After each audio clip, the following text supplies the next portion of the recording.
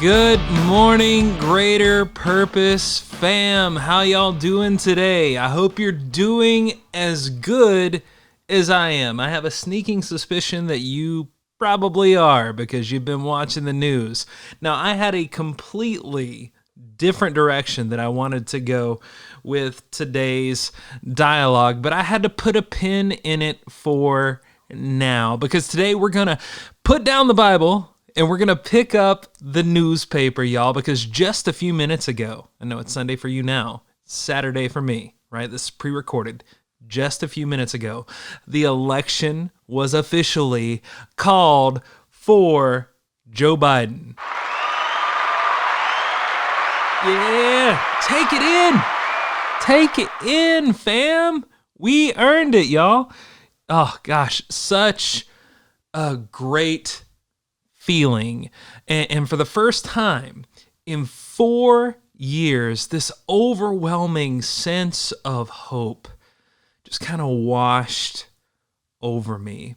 I mean, it's been an entire presidential term since I have cried happy tears. And I'm not an emotional person. If you know me well, you know this. But I wanted to get my reaction to this news on film today because hopefully it speaks to you as well. And I assume that if you're listening to this right now, it's going to resonate with you because you are probably feeling relieved.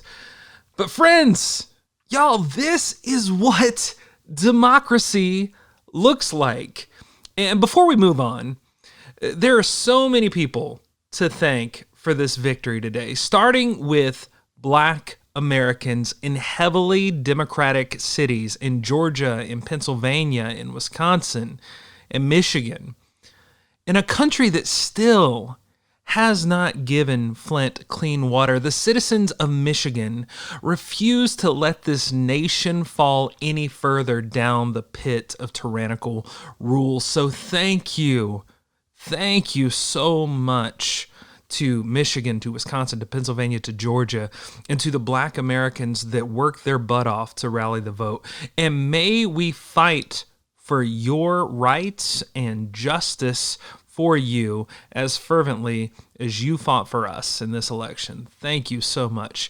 To the citizens of Georgia, that was tireless work that you endured. And let us not forget the real MVP here, because so much gratitude goes to Stacey Abrams, y'all. Miss Abrams, I am no pope at all, and we do not have a council of cardinals here at this church, but you know what? I'm just going to go ahead and make the call, right? At Greater Purpose, you are now a saint of Santa Cruz, California.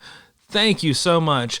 Let's all give a round of applause to Stacey, the boss Abrams. We deserve a hero like you in this country. Thank you so much. And I look forward to the day that you are nominated to a seat of power, as you should have been years ago. To Bernie Sanders, we got to give out a major shout out.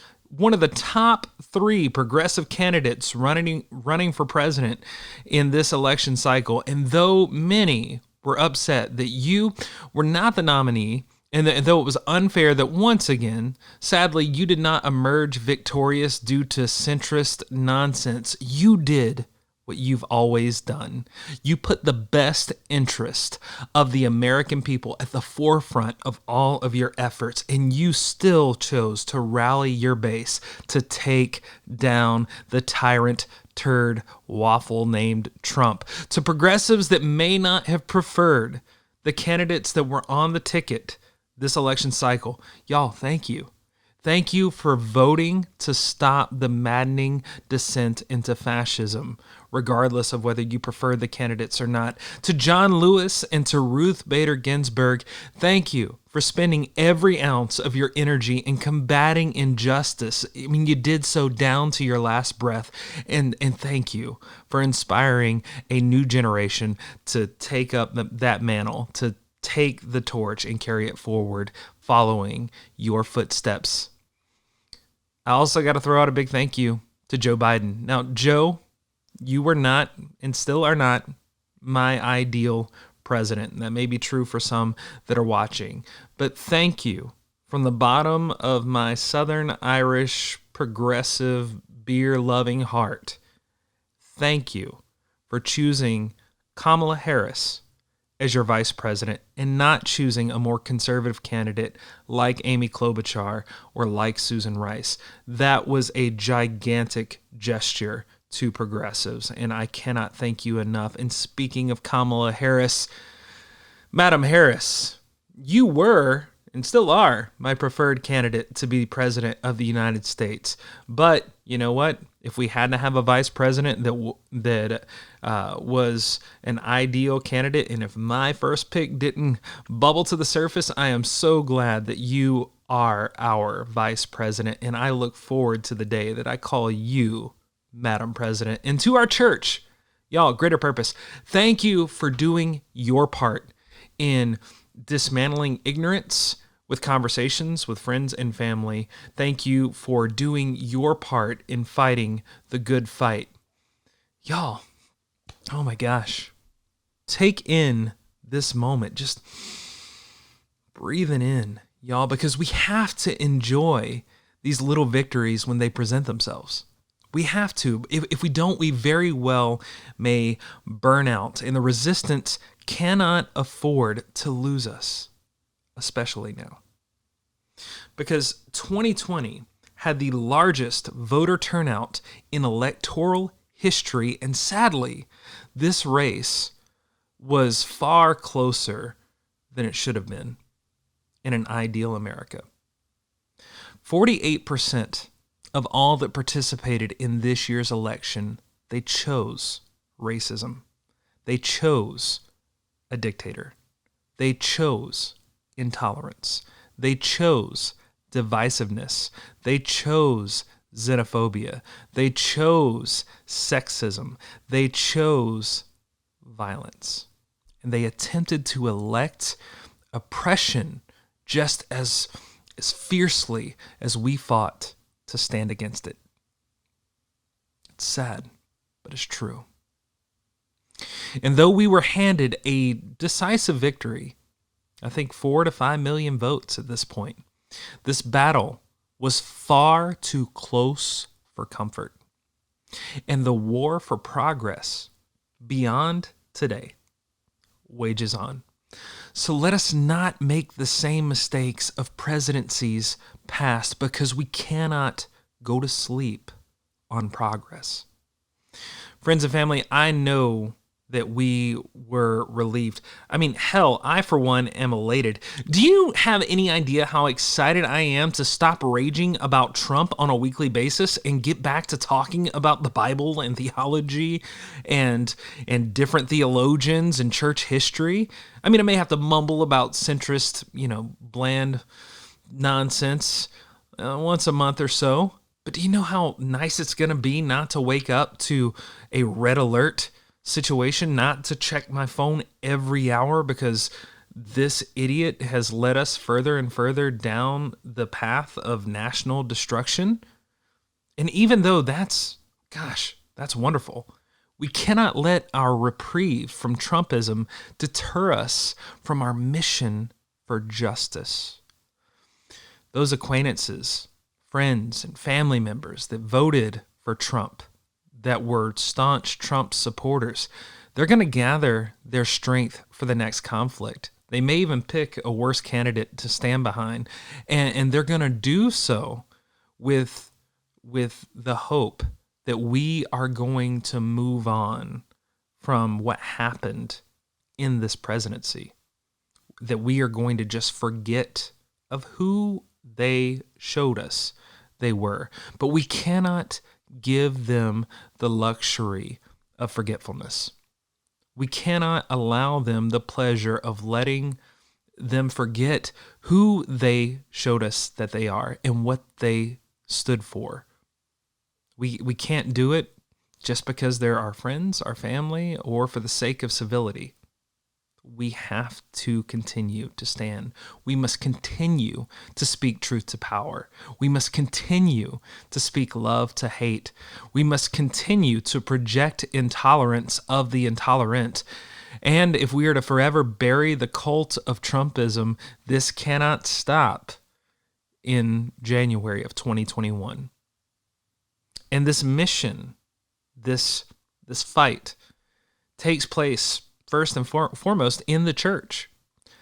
This election was bittersweet because Trump's support among evangelicals, sadly and disturbingly, grew substantially since 2016, even with evangelical ministers coming out in droves to oppose Trump.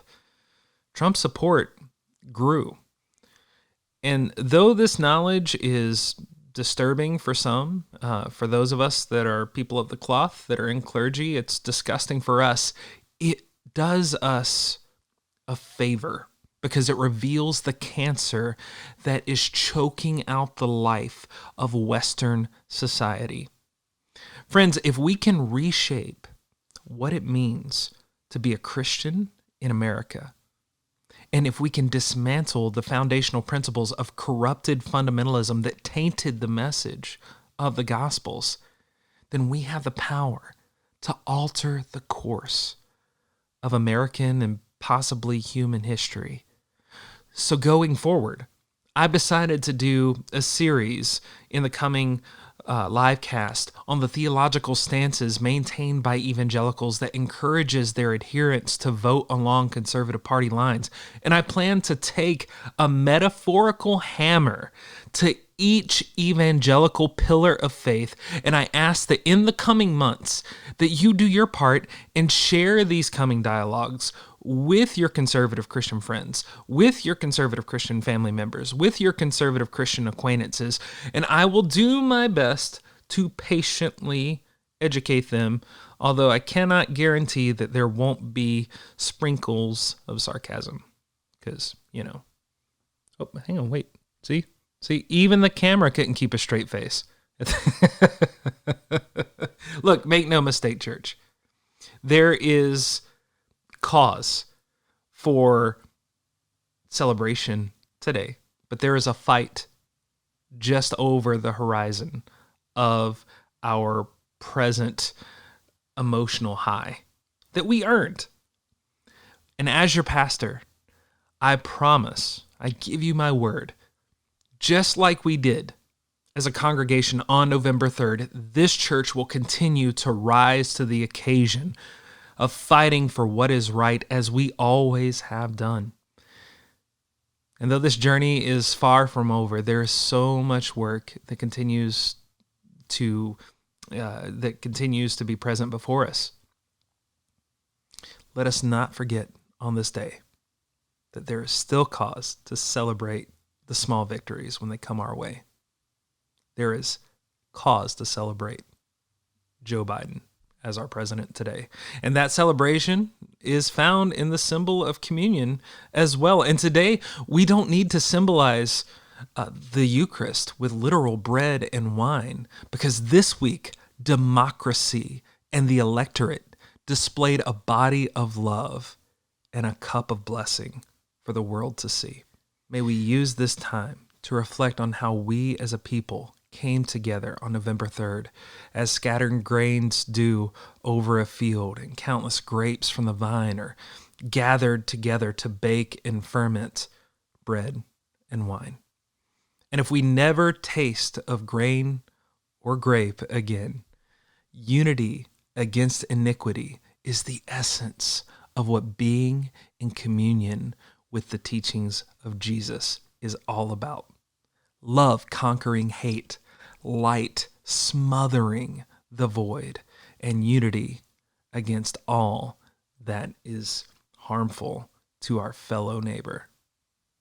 In closing, friends, with the many crises that are facing the world today and that will continue to face us tomorrow, even after the inauguration of Joe Biden, I pray that the sacrament of solidarity is something that we continue to revere and appreciate as being sacred, holy, and essential. And as for today, enjoy this righteous victory. Dance, celebrate. This is far from a small moment for us in the movement. So eat, drink, and be merry. For tomorrow, we fight. No justice, no peace. Love y'all. And now, may the revolution of Jesus go with you wherever it may send you. May it guide you in healing this wasteland and protect you through the storm. May it lead you through this world seeking the justice it demands for you and for others. And may it bring you home preparing to continue love's mission beyond your doors. Grace and justice to you.